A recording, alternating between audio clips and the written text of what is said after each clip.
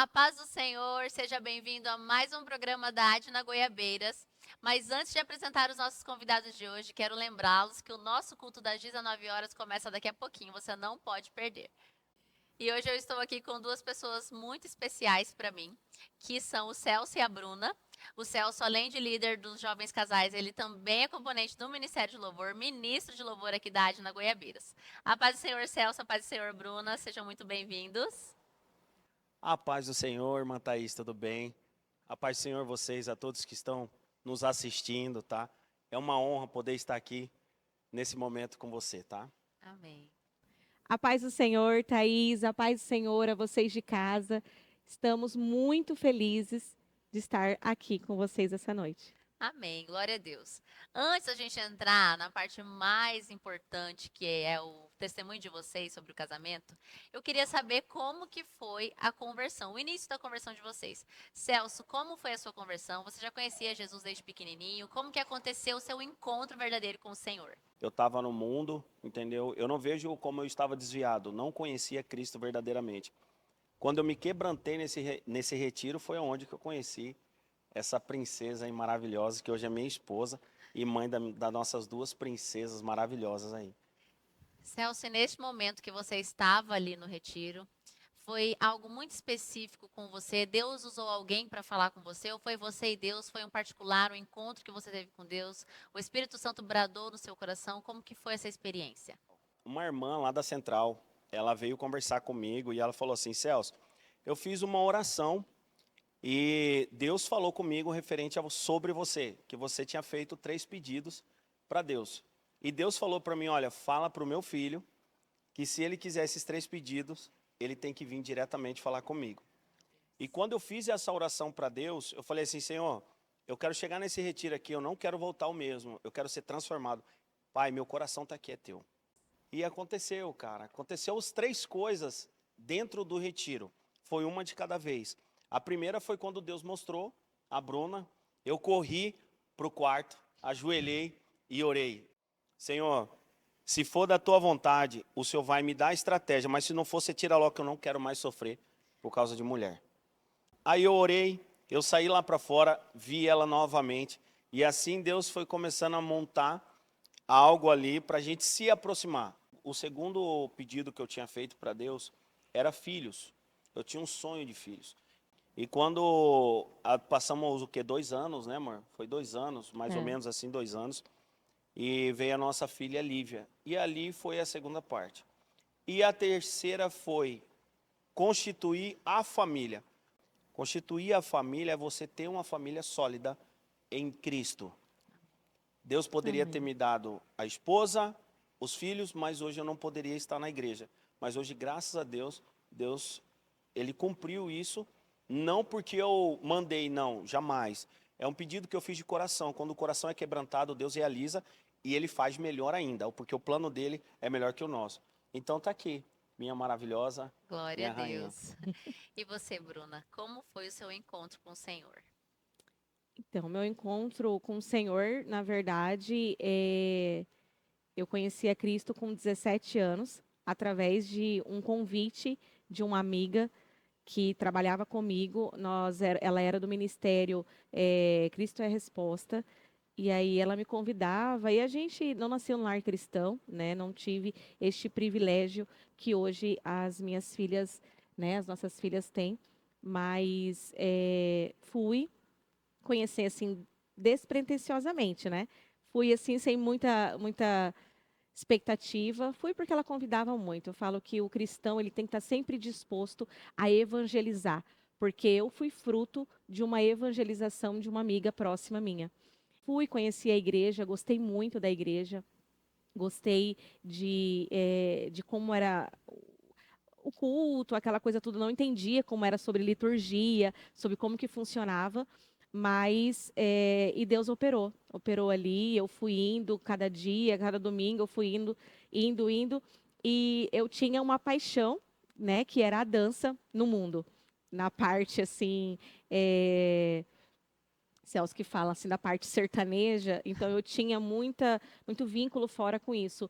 E Deus me trouxe nessa estratégia para a igreja, no ministério de dança dessa igreja, né? Conforme eu estava frequentando e tal, e aí eu fui convidada, passei por toda a parte de discipulado, aquela coisa toda, e aí nós fomos, eu participei desse ministério de dança, foi onde eu enraizei com as coisas de Deus e me encontrei, cheguei a ser líder também.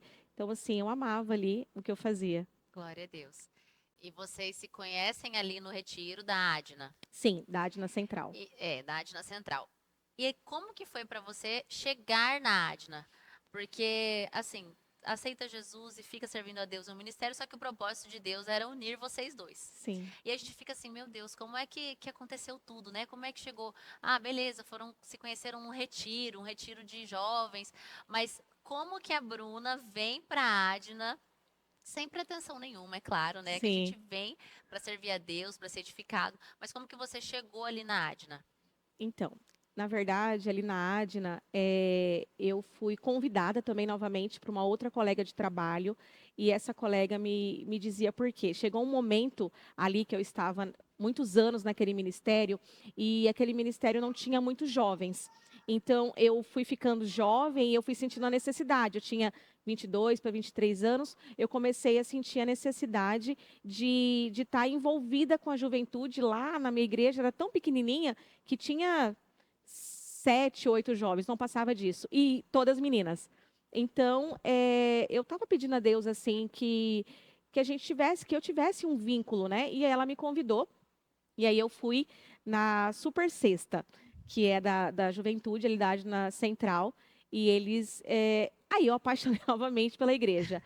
É muito jovens, é muito animado. Naquele momento de vida, naquela minha fase de vida, fazia total sentido eu estar ali, né? E eu apaixonei. Eu apaixonei, comecei, sem me desvincular do outro ministério, comecei a ir todas as sextas-feiras. Ela me apresentou para a parte da liderança ali que eu estava indo, e Deus fez todo o mover. Chegou um certo tempo, né, que eu pedi minha transferência de igreja, mas eu ainda não tinha, assim, grandes amigos lá, muitos amigos. Mas só de eu estar naquele meio, cheio de pessoas ali que me abraçaram, então eu já me sentia muito em casa. E aí, eu cheguei em setembro de 2012 na Adna Central, e logo eu me recordo, dentro de um congresso que teve ali, e anunciou o retiro.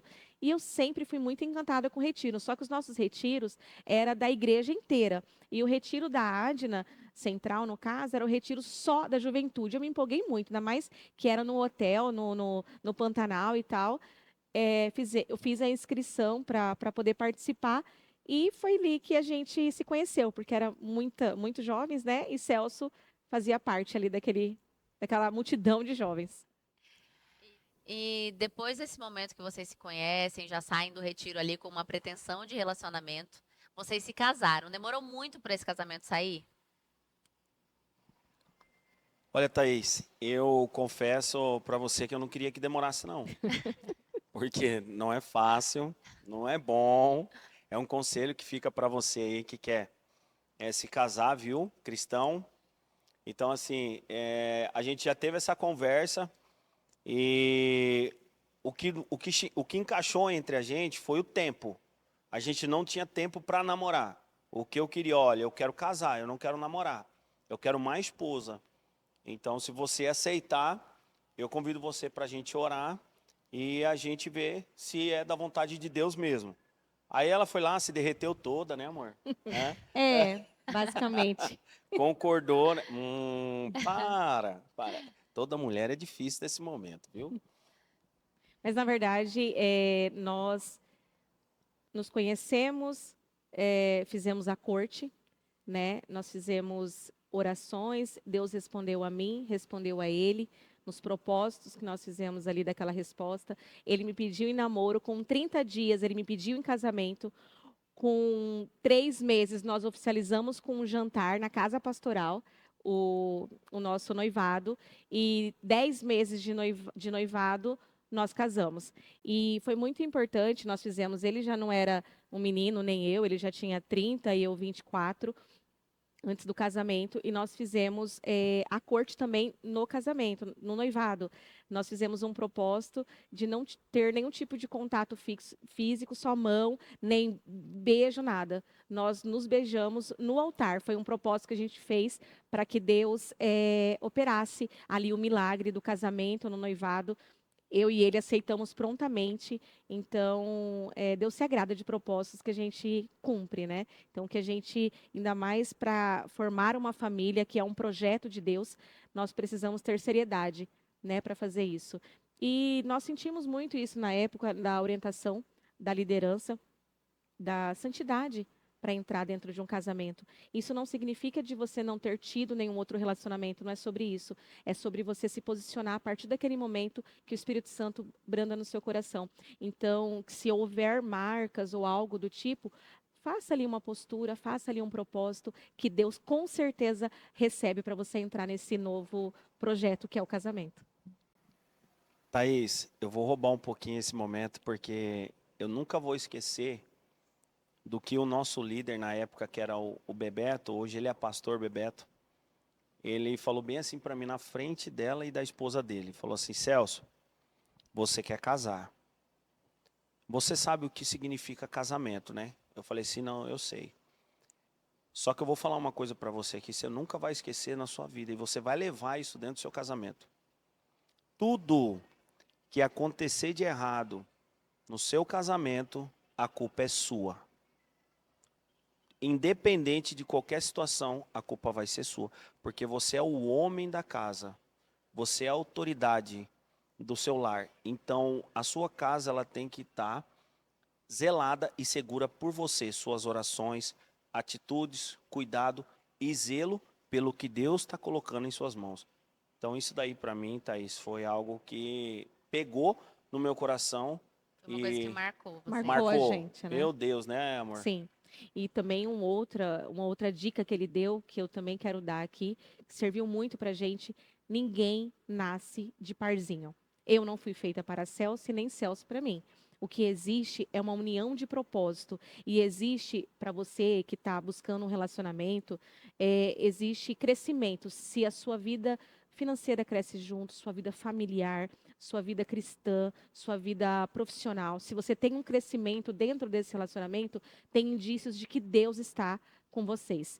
Né? Então, é aquela coisa: se vocês uniram e entenderam que aquele propósito é para ser seguido adiante, os crescimentos das áreas, elas precisam existir. Porque o que a gente tem muito hoje em dia, infelizmente no mundo, deturpando sobre relacionamento, é um casamento no namoro. Né? E muitas vezes as pessoas ficam longas datas envolvidas naqueles relacionamentos e você não vê nenhum tipo de crescimento, nenhum tipo, a pessoa não constrói nada junto. Né? Então, é aquela coisa, aquela velha frase: nós vamos casar para namorar. E nós já sabemos que início de casamento não é fácil, né? Existem muitas dificuldades. São duas pessoas completamente diferentes que se unem com um propósito, um desejo de fazer dar certo, mas nem sempre e nem tudo são flores no casamento. Como foi essa adaptação e esse início do casamento para vocês? O que foi mais difícil assim de adaptar? O início do casamento, como a gente conhece, nós somos o quê? A união de dois imperfeitos. A união da perfeição é de Cristo com a igreja. E nessa união de dois imperfeitos, existem, assim, várias dificuldades. Por exemplo, adaptação com um costume com o outro. Eu vim de um costume da minha casa, ele também. Eu falo que o primeiro ano do casamento ele é bem desafiador. Mas como eu sonhava muito com casamento, eu sonhava muito em casar de fato, eu não sei se era um sonho só até a festa, ou pós a festa, a gente não sabe muito que a gente não planeja. E nós tivemos uma orientação muito bacana do pastor Edivaldo. Eu lembro muito dessa frase, porque é uma frase que ele orienta muito os noivos, né? E ele disse para nós que nós não estávamos casando para sermos felizes. Nós estávamos casando para fazer um ao outro feliz. Por diversas vezes, por exemplo, eu não cozinhava. Eu sempre tive a minha mãe para cozinhar e tinha a minha irmã caçula quando precisava de alguma coisa mais assim elaborada, que faziam para mim. Quando eu me vi na situação de casada, eu tive que aprender a cozinhar. E a minha sogra, sim, foi uma bela professora, porque ela é cozinheira de mão cheia. E alguns pratos que eu sei fazer hoje um pouco mais elaborados, eu aprendi com ela. Muitas vezes a pessoa já vem com um padrão elevado. No caso dele, a mãe dele cozinhava, cozinha muito bem, uma cozinheira de mão cheia, aí se casa com você, que não cozinha, que tem que aprender. Se não tiver essa paciência no trato, né, ele poderia dar um super problema isso, olhar para você e falar assim: "Ah, mas como que você não cozinha?" Só que não. Se a gente souber, se a gente tiver humildade, né? As pessoas falam muito sobre dificuldade financeira no casamento, sobre vários outros problemas, mas eu acho que o principal para um casamento dar certo, a pessoa tem que ter humildade. Com Ela certeza. não pode ser egoísta e ela tem que ser muito humilde, porque é o tempo todo você cedendo e a pessoa também cedendo por você, porque a gente não é perfeito. E aí nós olhamos, queremos apontar o tempo todo o defeito do outro. Ah, você é isso, você é aquilo. Mas a pessoa não se dispõe a fazer nada para mudar, não se dispõe a aprender algo novo.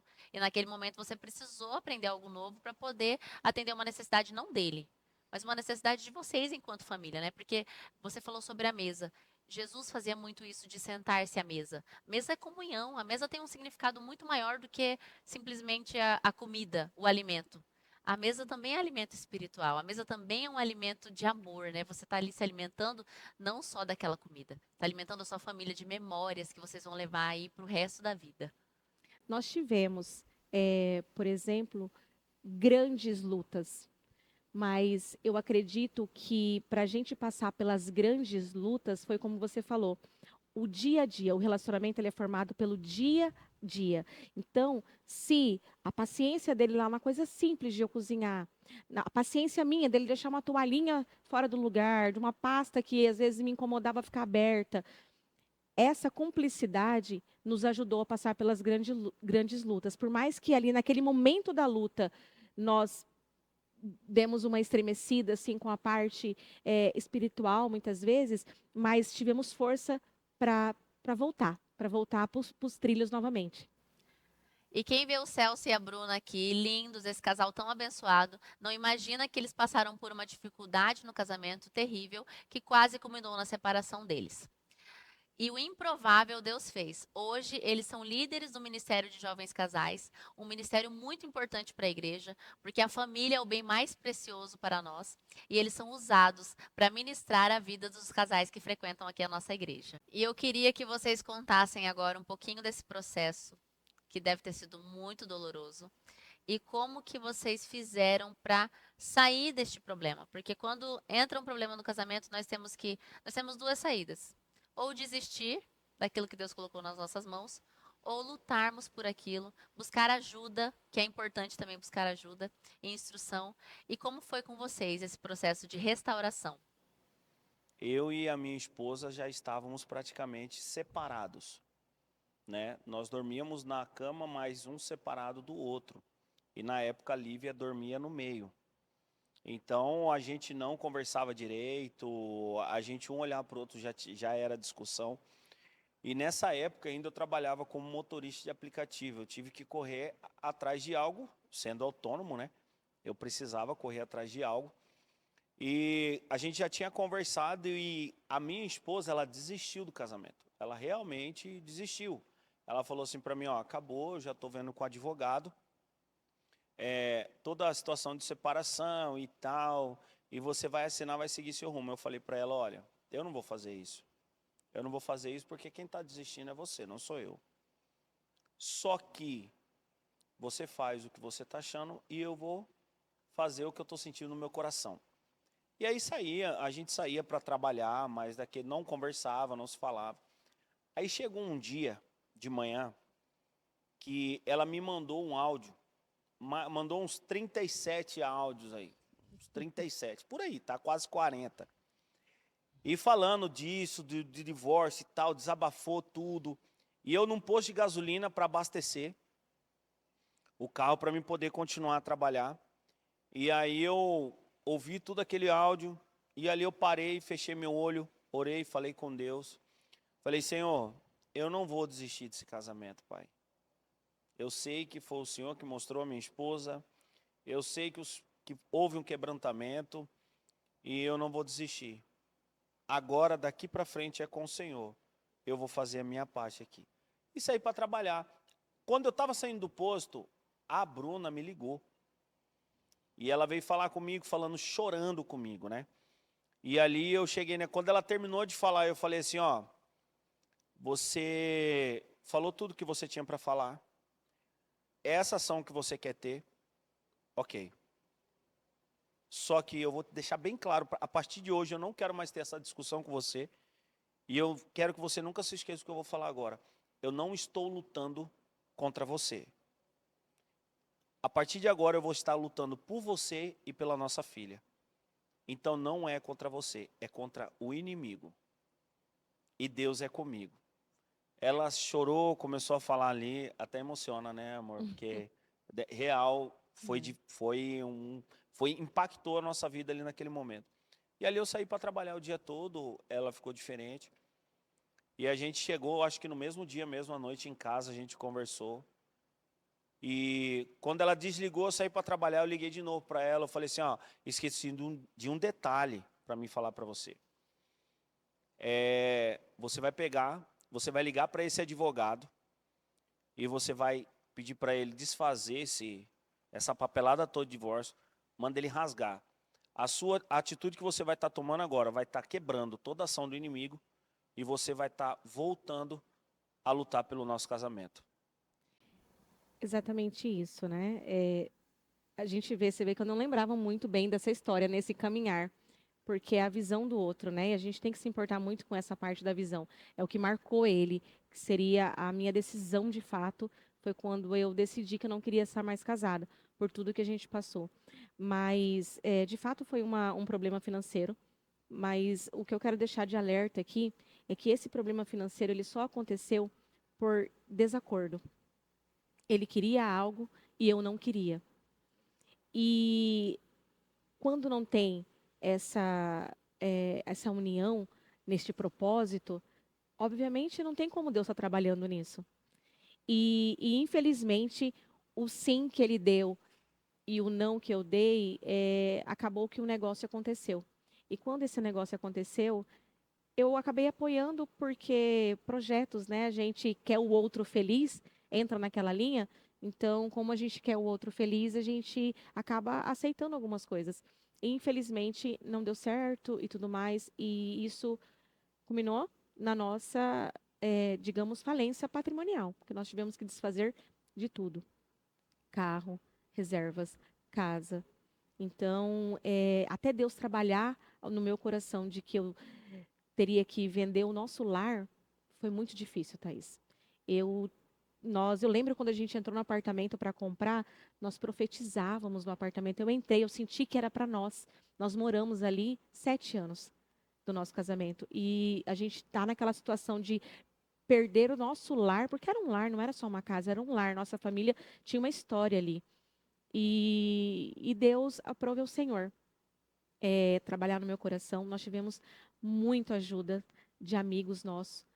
E, inclusive, até mesmo a gente veio direcionado para a Adna Goiabeiras nesse período, porque a gente queria um acompanhamento mais próximo. Então, os amigos nossos que estavam nos ajudando, que era o pastor Ivo Júnior e a pastora Eberly, nos apoiaram muito nisso. Trouxemos para cá, viemos para cá. E aí nós tivemos o acompanhamento do pastor Adilson e a pastora Fátima. E Deus restaurou o nosso casamento. Deus restituiu o nosso lar, tanto no amor, na cumplicidade, os bens materiais. Mas nós entendemos que os bens materiais, ele só é a cerejinha, sabe? Mas o que trouxe toda essa luta que nós passamos, eu falo que para ter um vento para nos derrubar, e nesse meio tempo também dessa dificuldade financeira, eu tive toda a dificuldade de saúde da minha mãe, e foi ali que Deus começou a restaurar a nossa sorte. Porque Deus começou a me mostrar que não era sobre dinheiro, era sobre o parceiro que eu tinha do meu lado. Eu fico um pouco emocionada porque eu falo da minha mãe, mas Celso trocava plantões comigo no hospital. Eu tinha que trabalhar no outro dia. Celso Júnior, ele trocava a minha mãe, ele morria de vergonha de trocar. Ele falava, amor, eu não consigo trocar a sua mãe. Eu falei, meu bem, nós precisamos. Só temos um ao outro, ela é muito pesada, eu não consigo. Então, nós aprendemos ali a lidar com a situação. Minha mãe ficou acamada 4 anos, veio a falecer posteriormente. Ela dependia dos nossos cuidados. E Deus colocou muito forte no meu coração É este homem que eu te dei de presente. Glória a É ele Deus. que é o seu parceiro de vida. Não é sobre riqueza, é sobre essa prosperidade de Deus, esse cuidado, esse zelo, porque ele demonstrou com amor. Mesmo em meio a tantas dificuldades que nós estávamos passando, ele escolheu. Eu brinco com ele, inclusive, eu falo, meu bem, você é a resistência. Porque Deus usou tremendamente a vida dele para que o nosso lar fosse restaurado, porque eu tinha desistido. E então as situações foi muito difícil que nós passamos os últimos 6 anos aí antes de Deus restaurar, mas foi assim de luta uns 2, quase 3 anos. Foi bem complicado e Deus trabalhando, dando luta após luta, luta após luta, mas nós vencemos. E quando nós chegamos no gabinete do pastor Adilson, que ele nos chamou para a reunião, essa frase a gente conta porque realmente marcou.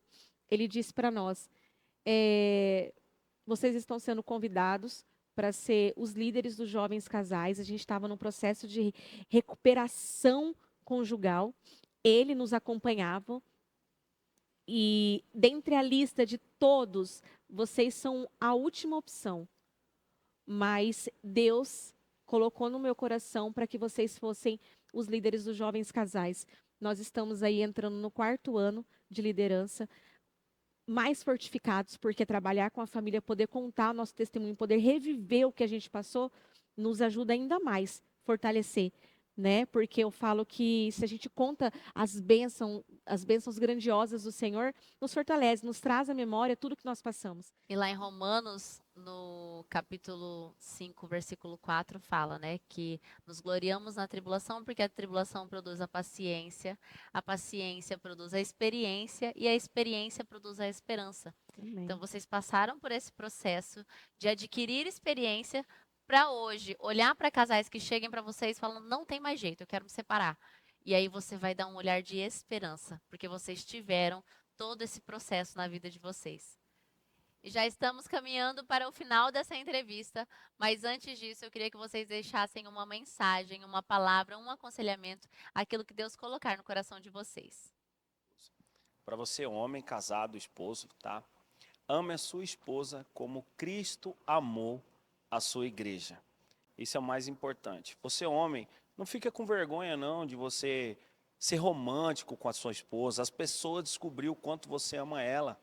Entenda uma coisa, Deus te colocou uma família e uma esposa em suas mãos. É você quem vai cuidar aqui na terra. E na continuação desse versículo fala de sujeitai-vos ao vosso marido. A submissão, ela é um assunto muito delicado e muito importante para nós casais. Mas a submissão, ela é por amor. Submissão é estar abaixo, junto, na mesma missão. Então, que vocês estejam no mesmo propósito, no mesmo caminho, no mesmo foco. Reino dividido não subsistirá. Então, o meu conselho que eu deixo é que existam as escolhas unânimes na família, que o marido e a esposa eles estejam assim em concordância nas decisões do lar, seja na tomada de decisão muito importante da aquisição de um bem, na criação dos filhos ou qualquer outra coisa, precisa ter essa unidade. E marido, se de fato vocês amarem a sua esposa como Cristo amou a igreja, protegendo, amando, zelando, blindando a sua família, a submissão, ela vem pelo amor. Ela vem de graça. É lindo ser submissa quando se tem realmente essa união do casal. Glória a Deus por este testemunho, pela vida de vocês. Eu tenho certeza que o que vocês fizeram aqui hoje, disponibilizando o tempo de vocês para compartilhar essa história, vai edificar muitas vidas.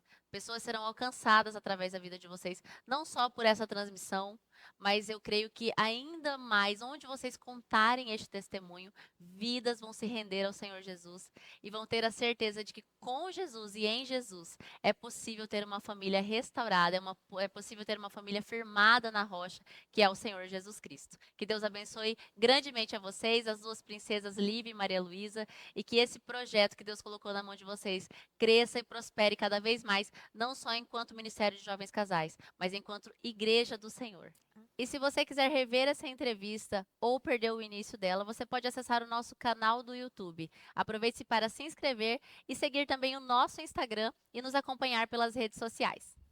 Não saia daí, porque já vai começar a transmissão do nosso segundo culto das 19 horas. E lembrando que nós temos um encontro marcado aqui no próximo domingo, às 18h30. Que Deus abençoe a sua vida e até o próximo programa.